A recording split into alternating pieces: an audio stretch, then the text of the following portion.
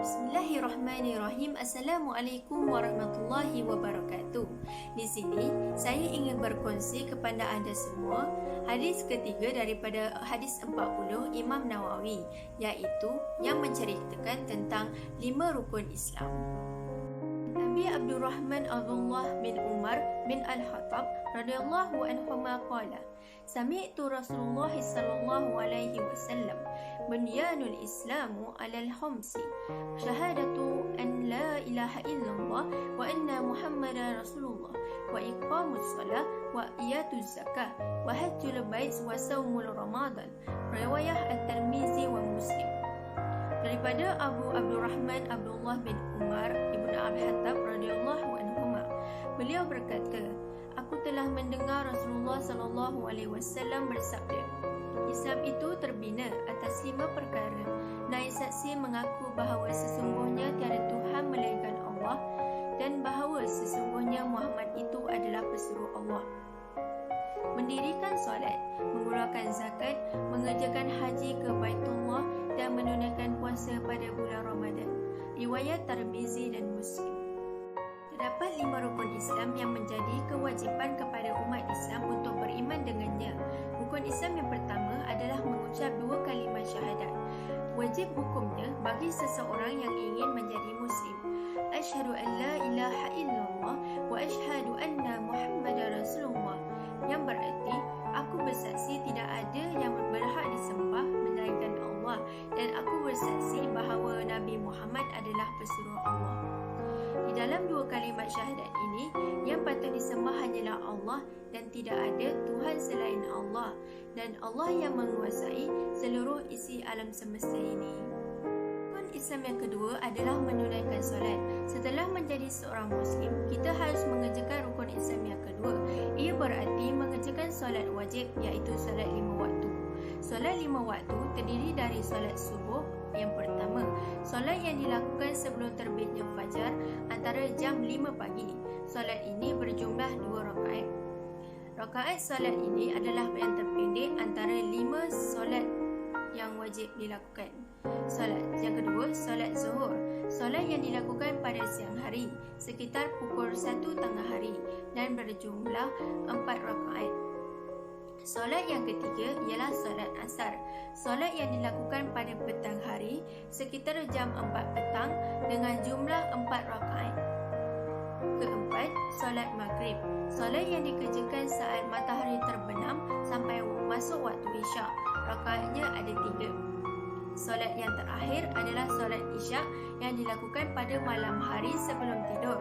Solat yang dikerjakan sekitar pukul 9 malam dengan jumlah 4 rakaat. Yang ketiga ialah berpuasa di bulan Ramadan. Setiap Muslim diwajibkan berpuasa selama 1 bulan pada bulan Ramadan. Tujuannya adalah untuk mencapai ketakwaan kepada Allah Subhanahu wa taala. Puasa bermaksud menahan diri dari makan dan minum serta melakukan perkara yang membatalkan puasa bermula dari terbit fajar sehingga terbenam matahari. Rukun Islam yang keempat ialah menunaikan zakat. Maksud zakat adalah mengeluarkan harta tertentu dengan kadar tertentu mengikut syarat-syarat tertentu untuk dialihkan kepada golongan tertentu. Antara jenis zakat ialah zakat fitrah yang dilaksanakan pada bulan Ramadan. Allah telah berfirman dalam surah Al-Baqarah ayat wa aqimus shalah wa atuz zakah warqa'u ma'ar raki'in, yang bermaksud dan dirikanlah solat serta tunaikanlah zakat dan rukuklah bersama dengan orang-orang yang rukuk. Rukun Islam yang terakhir adalah menunaikan haji bagi yang mampu.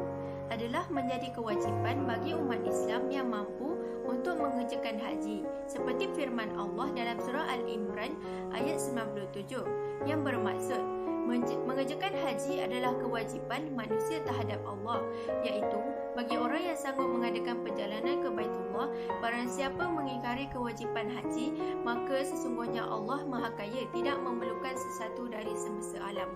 Kita sebagai seorang Muslim yang beriman haruslah beriman dengan 5 rukun Islam, iaitu yang pertama, mengucap 2 kalimat syahadah. Sebagai seorang Muslim, kita haruslah mengucap 2 kalimat syahadah sebelum menjadi seorang Muslim. Yang Yang kedua, menunaikan solat 5 waktu, iaitu solat subuh, solat zuhur, solat asar, maghrib dan isyak. Ketiga, berpuasa di bulan Ramadan. Keempat, mengeluarkan zakat. Dan terakhir, yang kelima, menunaikan haji bagi yang mampu. Bismillahirrahmanirrahim. Assalamualaikum warahmatullahi wabarakatuh. Niat. Satu perkataan yang mudah disebut, tetapi ia memberi kesan yang mendalam kepada kita. Apa yang anda faham tentang niat? InsyaAllah pada hari ini saya akan berkongsi sedikit ilmu kenapa, mengapa pentingnya niat itu. Dan kepentingan niat ini telah disebut di dalam hadis yang pertama Imam Nawawi. Umar bin Al-Khattab qala Rasulullah sallallahu alaihi wasallam, innamal a'malu binniyat wa innamal likulli imri'in ma nawa, faman kanat hijratuhu ila Allahi wa rasulih fa hijratuhu ila Allahi wa rasulih, wa man kanat hijratuhu lidunya yusibuha aw imra'atin yatazawwajuha fa hijratuhu ila ma hajaza ilaih. Dari Amirul Mukminin Umar Al-Khattab radhiyallahu anhu katanya, aku mendengar Rasulullah sallallahu alaihi wasallam bersabda, sesungguhnya setiap amalan perbuatan adalah dinilai mengikut niat. Setiap orang dinilai dengan niatnya. Sesiapa yang berhijrah kepada Allah dan Rasulnya, maka hijrahnya dinilai mengikut niatnya menuju kepada Allah dan Rasulnya. Dan sesiapa yang berhijrah untuk mendapatkan dunia atau wanita untuk dikahwininya, maka hijrahnya dinilai mengikut tujuan hijrah itu. Daripada riwayat Al-Bukhari dan Muslim. Di sini menerangkan tentang niat. Niat adalah suatu perkataan yang mudah tetapi memberi makna atau maksud yang akan memberi kesan kepada kita. Hal ini kerana setiap amalan dilakukan oleh mukmin tidak akan diberi pahala sekiranya hanya melakukannya kecuali disertai dengan niat. Niat juga adalah salah satu daripada rukun dalam ibadat seperti solat, haji, puasa. Ibadat-ibadat ni dikira tidak sah kecuali apabila dilakukan dengan niat. Waktu niat ini ialah pada permulaan ibadat seperti takbiratul ihram di dalam ibadat solat dan ihram di dalam ibadat haji. Hadis ini juga membimbing kita supaya ikhlas di dalam amalan dan ibadat sehingga kita mendapat ganjaran dan pahala di akhirat. Setiap amalan yang bermanfaat dan baik akan menjadi ibadat apabila disertai dengan niat dan keikhlasan serta menuntut keridaan Allah Subhanahu Wa Taala. Pada akhir hadis, Rasulullah telah mengemukakan dua perumpamaan, antaranya amalan diniatkan kerana Allah dan amalan diniatkan bukan kerana Allah dalam konsep hijrah. Seperti yang kita tahu, hijrah bermaksud meninggalkan negeri atau dalam erti kata lain berpindah. Perumpamaan yang pertama, sebahagian orang berhijrah dan berniat untuk mencari keredaan Allah Subhanahu Wa Taala. Orang yang sebegini mendapat ganjaran yang sempurna dan mendapat perkara yang diniatkan kerana nilai hijrah itu mengikut pada niat asalnya, iaitu mencari keredaan Allah. Perumpamaan yang kedua, sebahagian orang berhijrah adalah untuk tujuan duniawi. Umpamanya orang berhijrah dari daerah Islam ke daerah kafir untuk mencari harta ataupun wanita kerana ingin berkahwin dengannya. Orang yang sebegini berhijrah bukanlah kerana Allah Subhanahu Wa Taala. Dan nilai hijrahnya itu berdasarkan tujuan hijrahnya, bukan berdasarkan niatnya kerana keredaan untuk mencari keredaan Allah. Jadi, dari hadis ini kita dapat simpulkan bahawa betapa pentingnya niat. Kerana setiap amalan yang kita lakukan dengan niat, ia dikira sebagai ibadat. Tetapi ingatlah, perkara yang kita lakukan tu bukanlah untuk tujuan yang buruk, tetapi yang baik-baik sahaja. Buat apa kita berniat untuk melakukan perkara yang buruk seperti maksiat? Tidak ada manfaatnya kepada kita jika kita berniat untuk melakukan perkara yang buruk. Alhamdulillah, sampai di sini saja perkongsian saya pada hari ini. Semoga ilmu ini dapat dimanfaatkan dan disebarkan kepada orang lain supaya kita dan mereka sama-sama mendapat ilmu baru tentang kepentingan niat. Islam pun mengajar kita untuk mencari ilmu dan sebarkan kebaikan ilmu tersebut. Saya akhiri perkongsian saya ini dengan ucapan Assalamualaikum warahmatullahi wabarakatuh. Bismillahirrahmanirrahim. Assalamualaikum warahmatullahi wabarakatuh. InsyaAllah pada hari ini perkongsian saya adalah bertajuk bid'ah.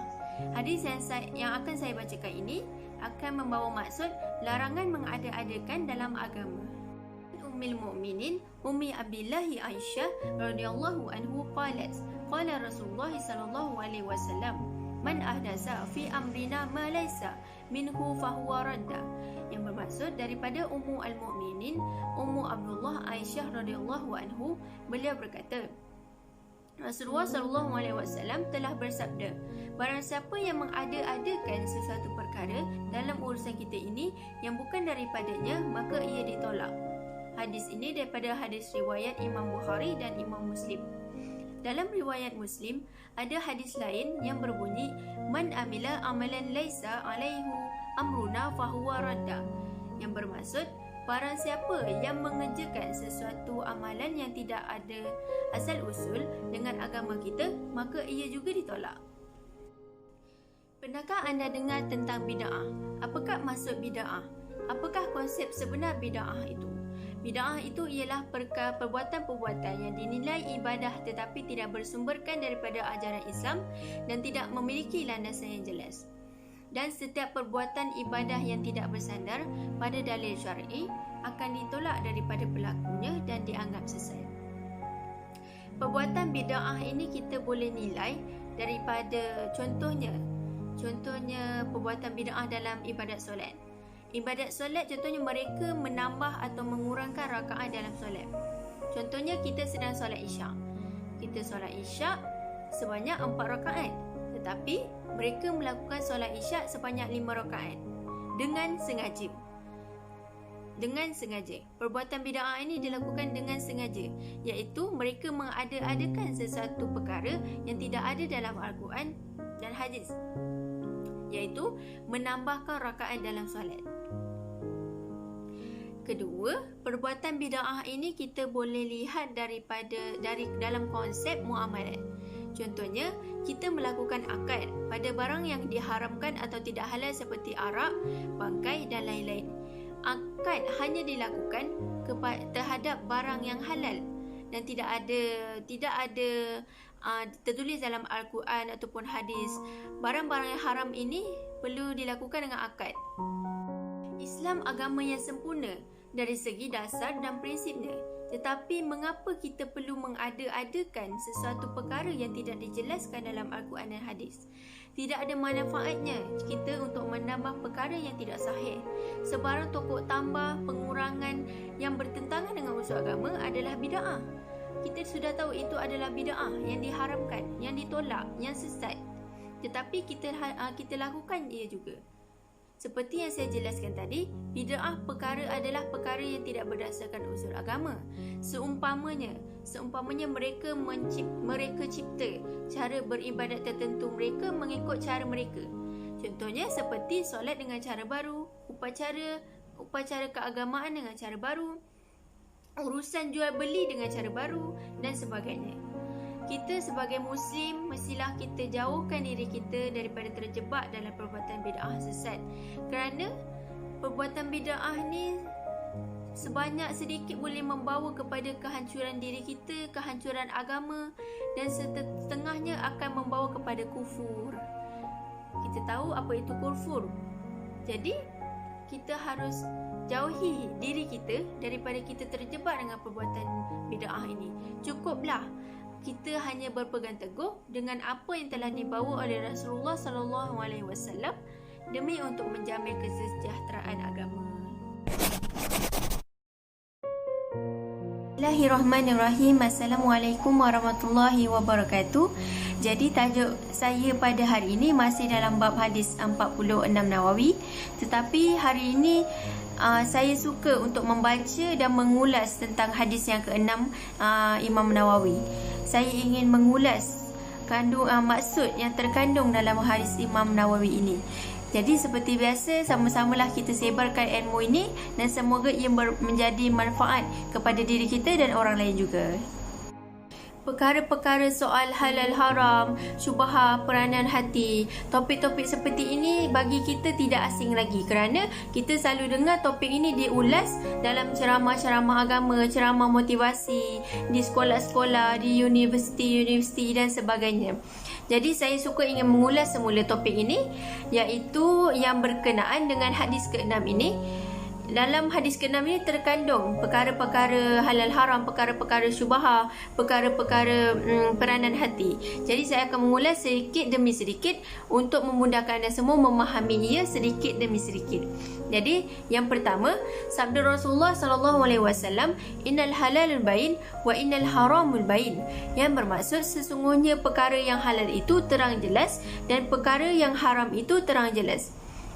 Maksudnya di sini ialah perkara halal tu jelas.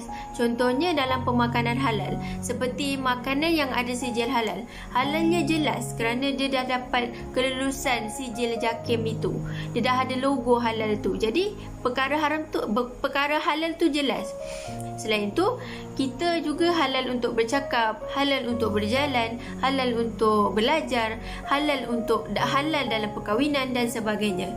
Okay, kedua, perkara yang haram. Perkara yang haram ini juga jelas, seperti larangan berzina. Larangan berzina ada juga hadisnya. Larangan minum arak ada juga hadisnya. Berjudi, riba dalam perniagaan, hadis riba ada hadis riba. Melakukan kezaliman dan sebagainya. Jadi perkara haram ni pun jelas.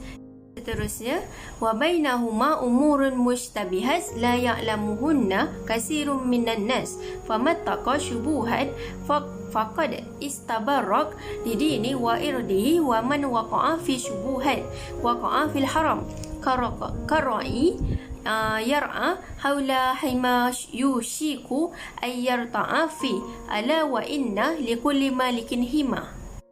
Dan di antara kedua perkara tersebut ada perkara-perkara syubhat. Dua perkara tersebut ialah halal dan haram. Maksudnya antara dua perkara tu ada syubhat termasuk dalam tu. Barang siapa yang menjaga perkara syubhat, maka sesungguhnya dia telah membersihkan agamanya dan maruah dirinya. Dan barang siapa yang terjatuh dalam perkara syubhah, maka dia telah jatuh dalam perkara yang haram. Umpamanya dalam hadis ini menceritakan seorang pengembala yang mengembala di sekeliling kawasan larangan. Ia dibimbangi, dia akan menceroboh masuk ke dalamnya. Maksudnya di sini perkara syubhat itu adalah perkara yang ragu-ragu terhadap perkara yang tidak jelas halal dan haramnya. Jadi, apa yang kita perlu buat jika kita berasa syubhah iaitu ragu-ragu? Lebih baik kita hindarkan dia, kerana dalam hadis ni pun ada mengatakan jika kamu menghindarkannya, maka ia akan membersihkan agama dan maruah dirimu. Jadi jika kamu ikut perkara itu, maka ia akan jatuh kepada haram. Jadi contohnya kebiasaan perkara syubhah ni, kita selalu ragu-ragu ni dalam ibadah solat. Seperti biasa kalau kita ragu-ragu dalam solat ni, kita tak tahu kan kita nak ikut yang mana. Jadi lebih baik kamu hindar.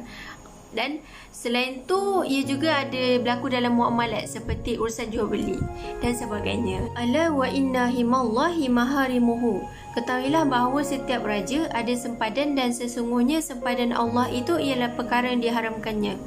Maksudnya di sini ialah setiap raja, setiap pemimpin di dunia ni ada prinsip dia, ada syaratnya, ada suruhannya, dan Allah juga ada suruhannya, iaitu kawasan larangan bagi manusia, bagi umat Islam ialah perkara-perkara yang diharamkan. Kawasan Allah, kawasan larangan Allah di bumi ini ialah perkara yang diharamkan, iaitu seperti maksiat dan perkara-perkara haram. Jadi kita sebagai umat Islam di muka bumi ini, kita haruslah contohlah kita sebagai rakyat, kita kan patuh kepada pemimpin kita, kepada ketua kita.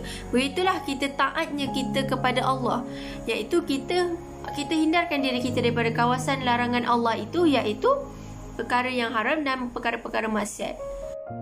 Ala wa inna fil jasad mudghah iza salahat salahal jasad kulluhu wa iza fasadat fasadal jasad kulluhu ala wa hiya qulbu. Ketahuilah bahawa dalam setiap jasad itu ada seketul daging yang apabila ia baik maka baiklah seluruh jasad, dan apabila ia rosak maka rosaklah seluruh jasad. Apakah daging tu? Iaitu qulbu, hati. Hati adalah anggota yang sangat penting dalam tubuh badan kita, kerana kebaikan jasmani kita, kebaikan fizikal kita, apa yang kita lakukan hari ini semuanya datang daripada kebaikan hati kita. Dalam hadis pun ada berkata, jika jasad kita itu, seketul daging dalam jasad kita itu baik, maka seluruh jasad itu baik. Dan jika seketul daging dalam jasad kita itu buruk, maka buruklah seluruh jasad kita itu. Jadi di sini saya ingin ulas hati ini, peranan hati ini sangatlah penting, kerana setiap perkara yang kita lakukan semuanya daripada kita punya hati. Contohnya kita buat keputusan, kita ikut hati. Jadi jika hati kamu berkata sesuatu yang baik, maka keputusan kamu semua jadi baiklah. Kalau jahat, jadi jahatlah. Begitu. Saya ingin memetik satu kata-kata dari Hasan Al-Basri, iaitu ubatilah hatimu. Sesungguhnya hajat Allah kepada hamba ialah kesejahteraan hati kamu.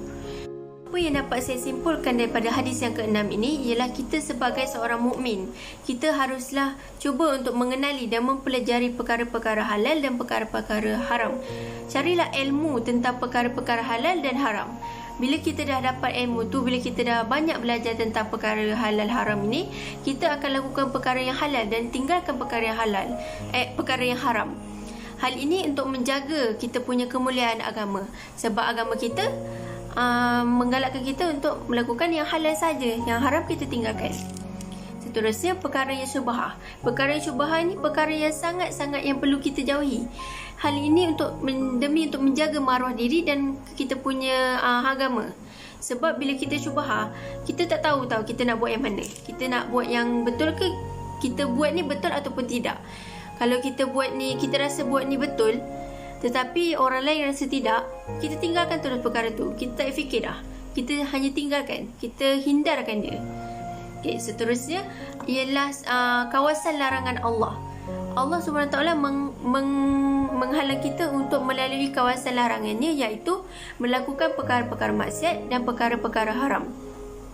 Sesiapa yang terjerumus ataupun yang ingkar dan terjebak melakukan perkara haram, maka dia dianggap sebagai dia mengingkar, dia melewati ataupun dia ingkar terhadap sempadan kawasan larangan Allah itu. Okay, seterusnya hati, peranan hati. Hati ialah anggota, raja segala anggota, yang mesti kita pastikan ia bersih, kita pastikan ia murni.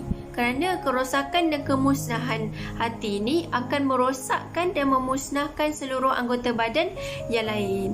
Jadi hati ini sangat penting. Jagalah hati kita, sucikanlah dia dan bersihkanlah dia. Bismillahirrahmanirrahim. Assalamualaikum warahmatullahi wabarakatuh. Seperti biasa, pada hari ini kita akan berbincang soal hadis 40 Imam Nawawi. Dan hari ini saya akan bacakan hadis yang ke-12 dan yang berkait rapat dengan sifat mukmin yang baik, sifat mukmin yang sejati dan sebagainya. Semoga ilmu ini dapat memberi manfaat kepada anda semua yang mendengar dan kepada orang lain juga. Sebarkanlah ilmu ini, semoga orang lain pun dapat sama-sama mendapatkan manfaat, mendapatkan ilmu yang baru untuk mereka terapkan dalam kehidupan. An Abi Hurairah radhiyallahu anhu qala Rasulullah sallallahu alaihi wasallam, min husnil islamil mar'i tarkuhu ma la ya'ni. Maksudnya daripada Abu Hurairah radhiyallahu anhu, beliau berkata, Rasulullah sallallahu alaihi wasallam telah bersabda, sebahagian daripada keelokan seorang mukmin ialah meninggalkan apa yang tidak berfaedah baginya. Hadis ini daripada hadis Hasan yang diriwayatkan oleh At-Tirmizi dan lain-lain sedemikian. Ini menerangkan tentang sifat seorang mukmin yang baik. apakah sifat seorang mukmin yang baik? Kita ni sebagai manusia, kita baik. Kita manusia yang baik. Tetapi kita belum ada lagi sifat seorang mukmin yang baik, seorang mukmin yang sejati, seorang mukmin yang akan menjadi contoh kepada orang lain. Jadi dalam konteks muslim yang baik ni, ia berkait rapat dengan zaman sekarang lah. Zaman sekarang ni kebanyakan golongan-golongan muda, tidak kira lah secara umumnya, golongan muda ni lebih suka buat perkara-perkara yang tidak berfaedah.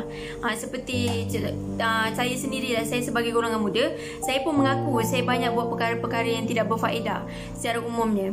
Dan golongan muda ni sukakan hiburan, sukakan perkara-perkara yang boleh buat mereka happy, yang menghiburkan hati mereka dan sebagainya.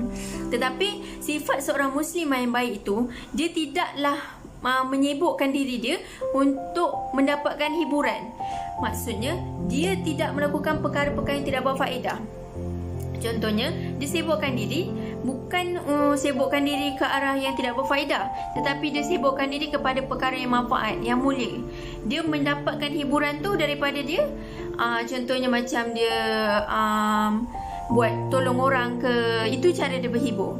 Dia tolong orang, memberi bantuan kepada yang susah, itu cara dia berhibur, cara dia gembirakan hati dia. Sebab perkara tu dia rasa itu bermanfaat, bukanlah perkara yang sia-sia. Jadi kita sebagai mukmin, kita sebagai muslim yang baik, jika kita ingin menjadi seorang mukmin dan muslim yang baik, kita tinggallah perkara-perkara yang sia-sia itu. Kita tinggallah perkara yang tidak berfaedah dan yang tidak mendatangkan manfaat kepada kita. Seterusnya, sifat mukmin yang baik ni, dia tidak mahu untuk mengambil tahu tentang soal hal orang lain. Soal contohlah sekarang ni, kalau rumah tangga orang retak je, nanti sebar kat media sosial, sebar kat tu, sebar sini ni. Kadang ada yang palsu, kadang ada yang benda kita tak tahu kan. Jadi dia tidak suka ambil tahu perkara orang, ataupun dalam erti kata lain yang secara kasarnya seperti suka jaga tepian orang. Seperti itu. Kita tidak perlulah untuk jaga tepikan orang, sebab kita tak tahu perkara sebenar berlaku dan sebagainya. Baik kita sibukkan diri untuk diri kita sendiri, bukan untuk orang lain. Kita jaga dulu diri kita sendiri. Alhamdulillah, sampai di sini saja perkongsian saya tentang hadis yang ke-12 dan yang berkait rapat dengan sifat mukmin yang baik. Semoga ilmu ini dapat diterapkan dalam kehidupan kita seharian, dan semoga ilmu ini dapat dapat membuka hati-hati, membuka hati orang ramai, hati saya sendiri, untuk lebih waspada dengan setiap kelakuan yang kita lakukan, dan semoga perbuatan kita itu mendapat keredaan Allah. Bismillahirrahmanirrahim. Assalamualaikum warahmatullahi wabarakatuh. Jadi sesi perbincangan kita pada hari ini, saya ingin memulakan dengan satu persoalan. Persoalan saya berbunyi, apakah yang anda faham tentang konsep kejiranan? Apakah itu jiran? Apakah yang perlu dilakukan jika kita ni berjiran? Itu persoalan saya. Dan saya suka untuk bertanya kepada anda semua, kita ni sebagai manusia, wajarkah kita untuk bercakap perkara-perkara yang buruk? Masyarakat sekarang memang suka untuk berkata perkara-perkara yang buruk. Secara umumnya, kita tak kisahlah saya ataupun masyarakat di luar sana ataupun sesiapa pun memang suka untuk bercakap perkara-perkara yang buruk. Bila kita berkata perkara-perkara yang buruk ni, kemungkinan perkataan yang kita gunakan tu kesat. Jadi bila kita gunakan satu perkataan yang kesat, kita contoh kita berbual dengan orang, tiba-tiba kita keluarkan perkataan yang kesat. Pernahkah anda terfikir apa perasaan orang tu bila kita bercakap sebegitu? Mungkin bagi kita dah biasa dengan dia. Contohlah kita bercakap macam sebagai kawan. Walaupun anda rasa perkara tu biasa, tapi anda tak tahu apa yang dia rasa, apa yang mungkin dia sedikit tersinggung dengan anda semua. Jadi berhati-hatilah jika kita ni ingin bertutur. An Abi Hurairah an Rasulullah sallallahu alaihi wasallam qala wa man kana yu'minu billahi wal yawmil akhir falyaqul khairan aw liyasnud wa man kana yu'minu billahi wal yawmil akhir falyukrim jarah wa man kana yu'minu billahi wal yawmil akhir falyukrim dhaifah. Man kana yu'minu billahi wal yawmil akhir maksudnya barang siapa yang beriman dengan Allah dan para malaikat, falyakul khairan. Falyakun khairan maksudnya berkata-kata baik, liyasnud. Liyasnud ialah atau diam. Lepas tu disambung lagi, waman kana yu'minu billahi wal yawmil akhir, diulang, sesiapa yang beriman dengan Allah dan para malaikat, falyukrim jarah. Falyukrim jarah ialah memuliakan jiran. Dan diulang lagi, wanan kana yu'minu billahi wal yawmil akhir, sesiapa yang beriman dengan Allah dan para malaikat, falyukrim dhaifah. Falyukrim dhaifah maksudnya memuliakan tetamu. Di sini berkaitan dengan tuntutan iman. Tuntutan iman ni ada 3, iaitu yang pertama berkata perkara yang benar dan yang baik-baik. Yang kedua menghormati jiran dan ketiga memuliakan tetamu. Berkata benar dah maksudnya dalam konteks ni kita menjaga lidah kita dari bercakap perkara yang haram. Sebab kita tahu bahawa setiap percakapan kita ini akan disoal di akhirat. Di akhirat kelak. Jadi lebih baik kita diam daripada kita berkata-kata yang buruk, berkata-kata yang kesat seperti kita mengeji, mengumpat, memaki, mencarut dan sebagainya. Contoh macam sekarang ni kan orang suka macam berkumpul je nanti membawang, cerita hal orang lain semua tu. Kita lebih baik diam. Kalau contohnya kita ada dekat kelompok tu, kita ada dekat dengan kelompok tu, dan mereka sedang mengumpat. Jadi apa tindakan kita pergi jauh daripada mereka, bukannya sama-sama duduk dengan mereka dan sambung mengumpat. Seterusnya menghormati jiran tetangga. Maksudnya menghormati jiran tetangga ni, kita contohlah kita duduk dalam satu taman perumahan. Dalam taman perumahan jiran-jiran semua dekat kan, sebelah rumahnya dekat, tak ada gap ke apa ke kan. Jadi kita hidup dalam kejiranan. Jadi bila kita berjiran ni, kita kena menghormati antara satu sama lain, bukannya bermasam muka, tidak bertegur sapa. Walaupun jiran tu jarang-jarang dekat rumah, tapi bila kita bertegur, contohlah bila kita jumpa kat luar ke ataupun kita jumpa depan rumah ke, bertegurlah sapa, sebab kita sama-sama jiran, sama-sama menghormati, sama-sama tolong-menolong. Seterusnya memuliakan tetamu. Tetamu ni dia bukan datang secara, contohlah tetamu tu datang sekeluarga kan. Dia bukan datang sekeluarga, tapi dia bawa ada satu perkara penting, iaitu dia bawa rezeki kepada kita. Jadi kita mestilah memuliakan tetamu tu. Kita jamu mereka dengan makanan-makanan yang baik, layani mereka dengan layani mereka dengan baik. Bukannya kita menyakiti mereka. Kira macam kita tak suka dengan tetamu ni, tapi lepas tu kita tak jemput dia masuk. Macam tu. Bismillahirrahmanirrahim. Assalamualaikum warahmatullahi wabarakatuh. Pada hari ini saya ingin membincangkan tentang hadis 40 Imam Nawawi, dan ini adalah hadis yang ke-20 berkaitan dengan kepentingan memiliki sifat malu. Dan sifat malu ini sebagai penghalang berlakunya perkara yang mungkar. Jadi saya akan bacakan hadis 20 yang berbunyi, An Ibnu Mas'ud Uqbah bin Amru al-Ansari al-Badri radhiyallahu anhu qala Rasulullah sallallahu alaihi wasallam, inna mimma adrakan nas min kalamin nubuwatil ula iza lam tastahi fasna ma syi'tu. Riwayat Al-Bukhari.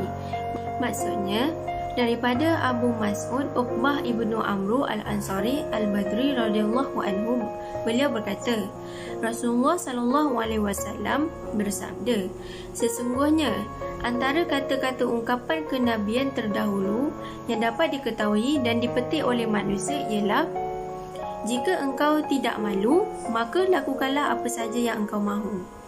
Pada akhir hadis tadi ada menjelaskan kata-kata Nabi terdahulu, iaitu jika kamu tidak malu, lakukanlah apa saja yang kamu mahu.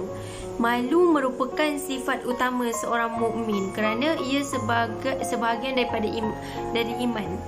Yang malu ni ialah sifat yang mulia, sebab malu ni tidak menghasilkan sesuatu kecuali hanya kepada kebaikan, dan malu juga ia sebagai penghalang daripada terjebak perkara yang mungkar. Maksudnya di sini, bila kita ada sifat malu ni, kita akan terhindar daripada perkara-perkara yang mungkar.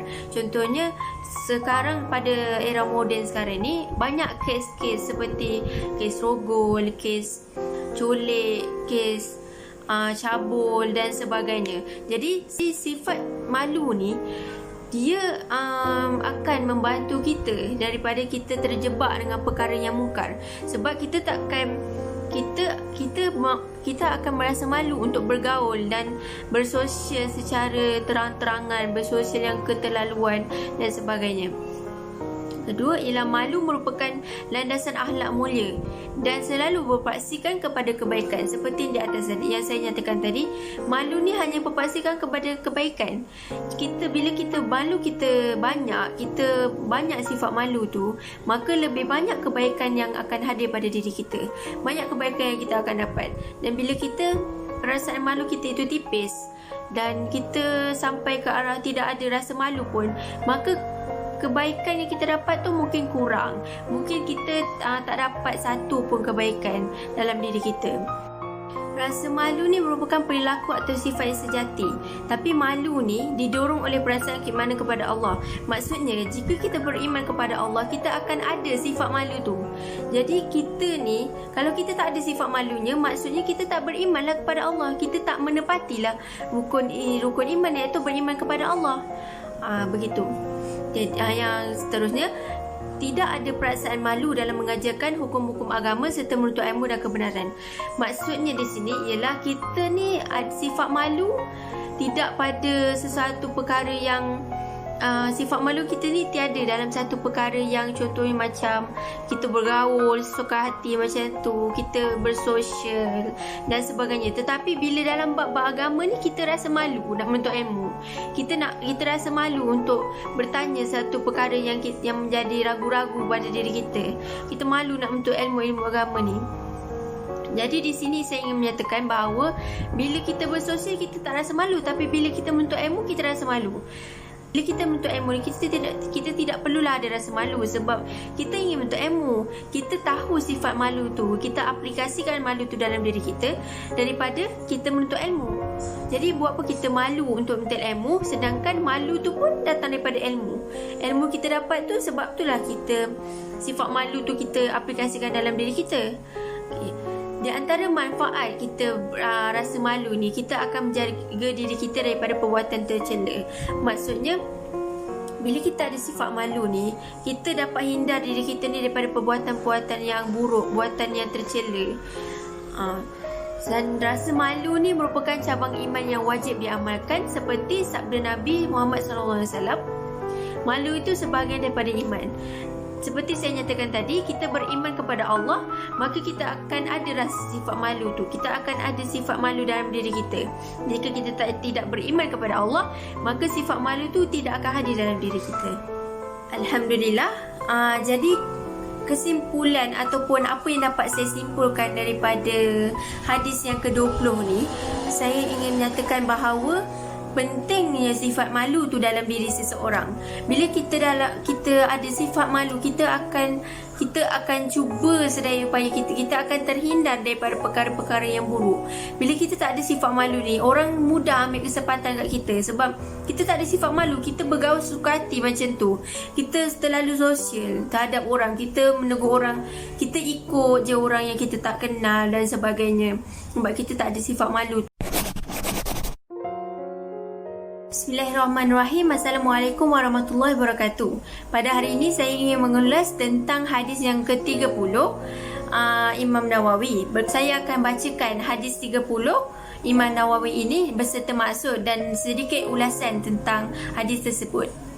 Semoga ilmu ini menjadi manfaat kepada anda semua, dan sebarkan ilmu ini semoga ia menjadi manfaat kepada orang lain juga. Abi Sa'labah Hushani Jursumi bin Nashir radhiyallahu anhu an Rasulullah sallallahu alaihi wasallam qala inna Allah ta'ala farada faraid fala tudhi'uha wa hadda hudud fala ta'taduha wa harrama asya'a fala tantahiquha wa saqat an asya'a rahmah lakum ghaira nisyani fala tabhasu anha.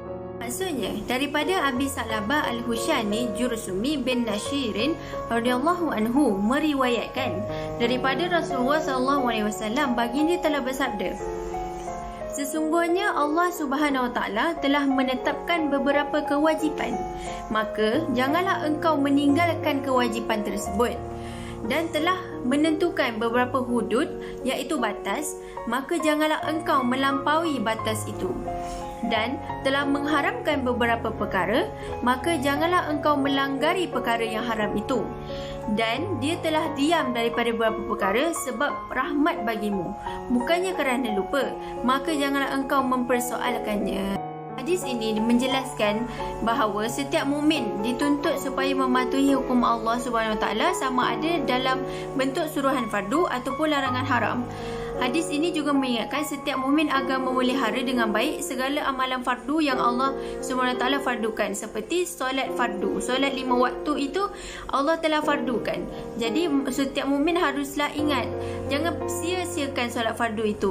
Kalau kita contohlah kita tertinggal solat, qadaklah balik, kita gantilah balik solat itu. Kita jangan sesekali mensia-siakan perkara ini, sebab Allah fardukan solat fardu ini supaya setiap mukmin lakukannya, kerjakannya. Hukum yang dihadkan Allah janganlah dilampaui dari ketentuannya. Maksudnya Allah telah larang kita melakukan perkara-perkara yang maksiat, perkara-perkara haram. Jadi kita hindarlah diri kita daripada melakukan perkara haram tersebut. Okay, seterusnya Allah menentukan beberapa batasan dan beberapa perkara haram. Maka setiap mukmin dituntut agar benar-benar menjaga sempadan halal haram ini. Contohnya seperti yang perempuan dan lelaki yang bukan muhrim haruslah menjaga sempadan halal sempadan haram mereka antara mereka. Jangan sampai dia mencabuli perkara haram. Apatah kalau kita sampai menghalalkan perkara haram. Kita tak boleh tahu nak menghalalkan perkara haram ni, sebab perkara haram dah tentu-tentu haram. Buat apa kita lagi nak menghalalkannya? Buat apa kita nak membantah perkara tu? Dah ternyata jelas dan nyata perkara tu haram. Buat apa kita nak menghalalkan perkara yang haram dan mengharamkan perkara yang halal? Yang seterusnya, Allah Subhanahu Wa Taala mendiamkan beberapa perkara, iaitu tidak menyatakan halal haramnya secara jelas. Kita tak perlulah menyusahkan diri kita untuk mencari hukumnya, kerana setiap yang Allah lakukan, Allah berbuat demikian bukanlah kerana lupa, tetapi sebagai rahmat buat umat Islam, umat manusia dapat kemudahan. Ia adalah sebagai kemudahan kepada semua manusia. Jadi kita tidak perlulah untuk cari hukum yang sebenar, mempersoalkan banyak benda dan sebagainya. Dan hukum perkara yang tinggalkan hukum halal, haramnya adalah harus, iaitu boleh dilakukan. Seperti Allah berfirman yang bermaksud, wahai orang-orang yang beriman, janganlah kamu menanyakan kepada nabimu hal-hal yang jika diterangkan kepadamu saya menyusahkanmu. Maksudnya di sini kita tak perlulah kita nak mempersoalkan perkara-perkara yang tidak jelas halal dan haramnya, kerana ia akan menyusahkan diri kita. Sebab bila kita terlampau mempersoalkan satu perkara tu halal ke haram ke, kita tak tahu ke kita nak ikut yang mana. Jadi bila kita was-was, ragu-ragu perkara ni halal ke haram ke, kita tak payah mempersoalkan benda tu. Kita lakukan je apa yang disuruh. Contoh kalau kita was-was, kita syubahah, seperti topik kita sebelum ni, bila kita syubahah, kita tinggalkanlah perkara tu. Maksudnya kita tak payahlah ikut.